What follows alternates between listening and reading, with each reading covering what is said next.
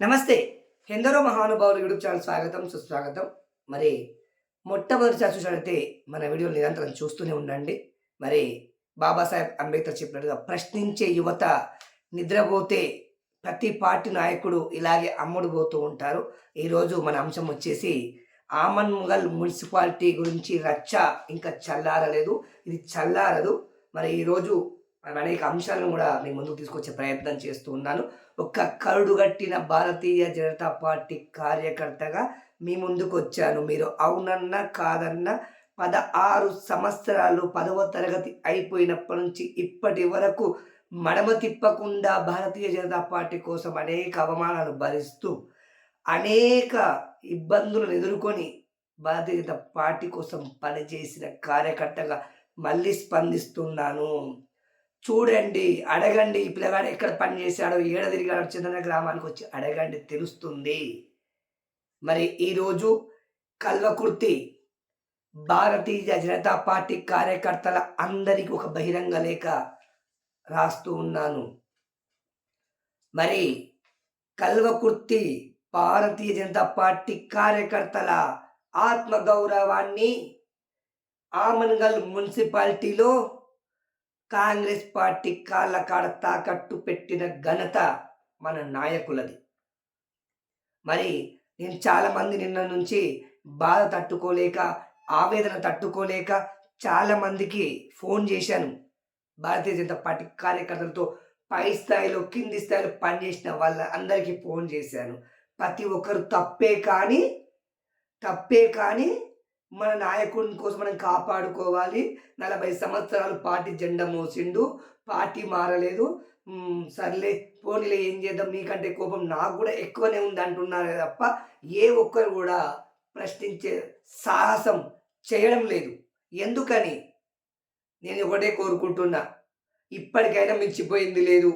ఈ ఆమన్గల్లు మున్సిపాలిటీలో ఉప చైర్మన్గా మరి గౌరవనీయులు గీతా ఆచార్య గారు గెలిచి ఏమి సుఖంగా ఉండబోరు. అందులో ఉన్న ఎందుకంటే ఈ స్థాయిలో విమర్శలు, ఈ స్థాయిలో ఆరోపణలు వచ్చి ఆ పదవిని 5 ఏళ్ళు కూడా మరి ప్రశాంతంగా గడపాలి. ప్రతిరోజు సోషల్ మీడియాలో వీడియోలు వస్తూనే ఉంటాయి.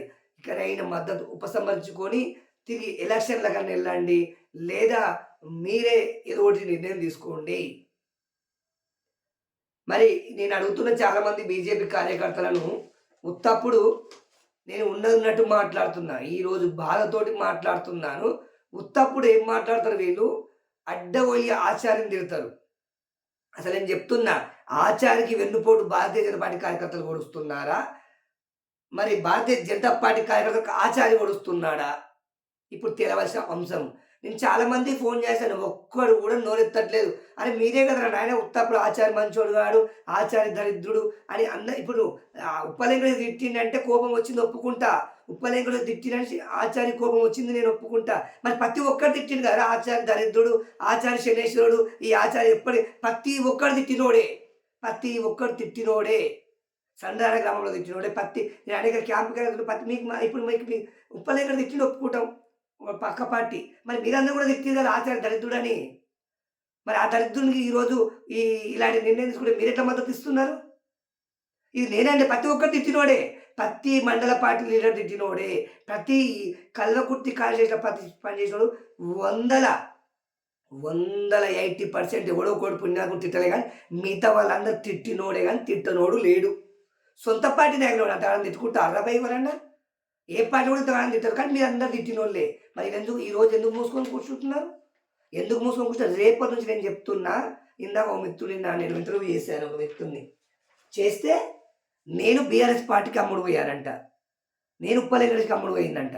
అసలు ఏంద్రా మన పార్టీలోనే అనేక లుకలుకలు పెట్టుకొని మన పార్టీ గౌరవాన్ని, భారతీయ సిద్ధాంతాలు తీసుకుపోయి కాంగ్రెస్ పార్టీ కాళ్ళకాడ తాకట్టు పెడితే, ఆఫ్టర్ ఆల్ ఒక చిన్న సర్పంచ్ పదవి లాంటి దానికోసం, ఓ ఎమ్మెల్యే పదవి కాదు, ఓ ప్రభుత్వాన్ని ఏర్పాటు చేశారు, చిల్లర పదవి కోసం తాకట్టు పెడితే మౌనంగా భరిస్తున్నారు మీరందరూ కూడా.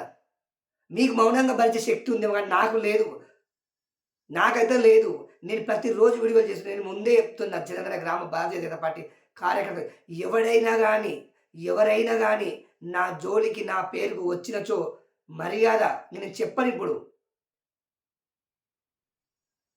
నాకు మొన్న ఫోన్లు చేశారు. నేను ఇప్పటికైనా స్నేహపూర్వకంగానే ఉంటున్నాను.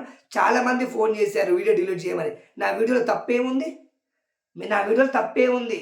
100% ఇదే వీడియో కట్టుబడి ఉన్నారు. ప్రతిరోజు ఒక మిత్రుడు అన్నాడు నిన్న, మా మిత్రుడు ఏమన్నాడంటే, "నువ్వు భారతీయ పార్టీ విమర్శించే అర్హత నీకు లేదని." నాకెందుకు అర్హత లేదురా భయ్, నాకు అర్థం కాదు. నేను 16 సంవత్సరాలు అలుపెరగకుండా పోరాడి చేసి కష్టపడ్డా. నా పార్టీ కాంగ్రెస్ కాళ్ళ తాకట్టు పెట్టినప్పుడు, మన పార్టీని తాకట్టు పెట్టినప్పుడు నాకు బాధ అనిపించదా? నీకు బాధ అనిపించదు కదా, నువ్వు కష్టపడలేదు కదా. నువ్వు కష్టపడితే నీకు బాధ అనిపిస్తుండే. ఇప్పటికైనా మరి ఆలోచించి నిర్ణయం తీసుకొని ఆత్మగౌరవాన్ని, కార్యకర్తల ఆత్మగౌరవాన్ని కాపాడాలి. నేను ఒకటే చెప్తున్నా, చాలా, చాలా, చాలా విషయాలు రోజు ప్రతి ఒక్క వీడియో చేస్తాను. నన్ను ఎవరే గాని ఇట్లా నేను చెప్తున్నా, ఎందుకంటే చెప్పి చేస్తున్నా. భారతీయ జనతా పార్టీ చైర్మన్ పదవి ఉపసంహరించుకునేదాకా కార్యకర్త చెప్పి ఉపసంహరించుకొని కార్యకర్తలకు క్షమాపణ కోరాలి. ప్రతి భారతీయ జనతా పార్టీ కార్యకర్తలకు క్షమాపణ చెప్పాల్సిందే. మీరు చేసిన తప్పిదం చారిత్రాత్మక తప్పిదము. చరిత్ర పూటల్లోకి ఎక్కిపోయి కలకాలం ఉండిపోయే తప్పిదం చేశారు మీరు. ప్రతి భారతీయ జనతా పార్టీ కార్యకర్త స్పందిస్తారా? మూసుకొని కూర్చుంటారా? రేపటి నుంచి హిందుత్వం పేరు గాని, కాంగ్రెస్‌ను గాని, కల్వకుర్తి నియోజకవర్గంలో కాంగ్రెస్ పార్టీని ఏ భారతీయ జనతా పార్టీ కార్యకర్త విమర్శించే నైతిక హక్కు లేదు, లేదు. నేను బరాబర్ భారతీయ జనతా పార్టీని 16 సంవత్సరాలు పనిచేసిన కార్యకర్తగా నేను స్పందిస్తూనే ఉంటాను. లుకలుకలన్నీ తీస్తూనే ఉంటాను. విడిచిపెట్టే ప్రసక్తి లేదు ఏ ఒక్కరిని కూడా. ఏ స్థాయిలో ఉన్నోడు ఆ స్థాయిలో సంపాదించుకోనికి నేర్చుకుంది. ఏ స్థాయిలో రాష్ట్ర స్థాయి నుంచి కింది స్థాయి దాకా పరాయి పార్టీలకు అమ్ముడు పోవాలి. ఎన్నడూ అధికారంలోకి వస్తారు మీరు?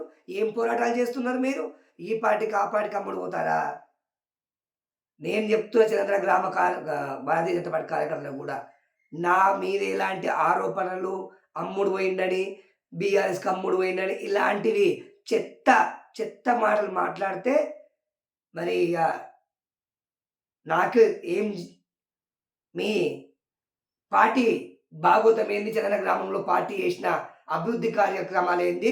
భారతీయ జనతా కార్యకర్తలు ఏ విధంగా తొక్కి పడేశారో మరి రోజుకొక వీడియో తప్పకుండా చేస్తాను. ఇప్పుడు నేను కూడా నా జోలికి ఎవరైనా వస్తే, నిన్ననే ఒక మిత్రుడు అన్నాడు, ఇకపై భారతీయ జనతా పార్టీ జోలికి రావద్దని. బరాబర్ భారతీయ జనతా పార్టీ జోలికి వస్తాను. మిగతా పార్టీల జోలికి ఎందుకు వదిలేవని నువ్వు అడిగావు. మిగతా పార్టీతో నాకేం పని? నేను అలా కష్టపడి పని చేశానా? బీఆర్ఎస్‌కి పని చేశానా? కాంగ్రెస్‌కి పని చేసినా? కాంగ్రెస్ కార్యకర్తలను కాంగ్రెస్ లీడర్లు కాపాడుకుంటున్నారు. బీఆర్ఎస్ కార్యకర్తలను బీఆర్ఎస్ కాపాడుకుంటున్నారు. మరి మీ లీడర్లకేం పుట్టింది? మన లీడర్లకేం పుట్టింది? సంపాదించుకోవట్లేదా? బరాబర్ సంపాదించుకున్నారు కదా. డబ్బులు లేవా? ఏ కార్యకర్త కాదుకుంటున్నారు వీళ్ళు? భారతీయ జనతా పార్టీ కార్యకర్తలకు నేను ప్రత్యేకంగా విన్నవించుకుంటున్నా. మీరు అష్టదరిద్రులు ఆచార్య గారు మీరు. ఎందుకంటే ఇన్ని సార్లైనా ఏమాత్రం మార్పు లేదు. ఆచరణకు మరి మీరు చెప్పొద్దారా భయ్, ఈ పరిస్థితికి ఇలా ఉందని ఎందుకు చెప్పారు? సభలు మీటింగ్‌లు పెట్టినప్పుడు మీరు ఎందుకు చెప్పరు?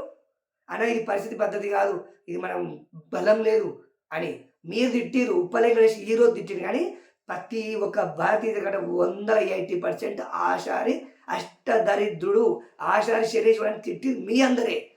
మీ అందరు తిట్టిండు, ప్రతి ఒక్కరు తిట్టిండు. నీ ఆచరణతో నేను విన్నాను. ప్రతి జిల్లాలో ఏ మీటింగ్‌లో పోయినా ఆచార్యని తిట్టినోళ్ళే కానీ మీ శాపమే ఆచార్య దాకింది. భారతీయ జనతా పార్టీ కార్యకర్తల శాపమే ఆచార్య దాకి గెలుస్తలేడు. ఆచార్యకి ఏ శాపం దాకలే, ఆచార్యకి మీది విద్య శాపాలు దాకుతున్నాయి. ఇకనైనా మేలుకోండి, ఇకనైనా జాగ్రత్త పడి. నేను ఒకటే చెప్తున్నా, రేపటి నుంచి కల్వకుర్తిలో కాంగ్రెస్ పార్టీని ఎవరు కూడా విమర్శించొద్దు. కాంగ్రెస్ పార్టీ చాలా మంచి party. So Congress party safe జోన్‌లో ఉంది. ఇలా బదలామైంది ఎవడు? ఇలా అడ్డగోలియ బుక్ అయింది ఎవడు? మనం కాదా? జై శ్రీరామ్. నేను భారతీయ జనతా పార్టీ కార్యకర్తలకు తెలియజేస్తున్న ఒకటే, మద్దతు ఉపసంహరించుకొని భారతీయ జనతా పార్టీ కార్యకర్తలకు క్షమాపణ చెప్పవలసిందే. కార్యకర్తల త్యాగాల మీద, కార్యకర్తల కష్టం పైన బతుకుతున్న లీడర్స్ ఎవరైనా సరే కార్యకర్తలకు క్షమాపణ చెప్పి ఆ మున్సిపాలిటీ తిరిగి మళ్ళీ ఎలక్షన్‌లకు పోవాల్సిందే. జై శ్రీరామ్, జై హింద్, జై భారత్ మాతా, జై జవాన్, జై కిసాన్.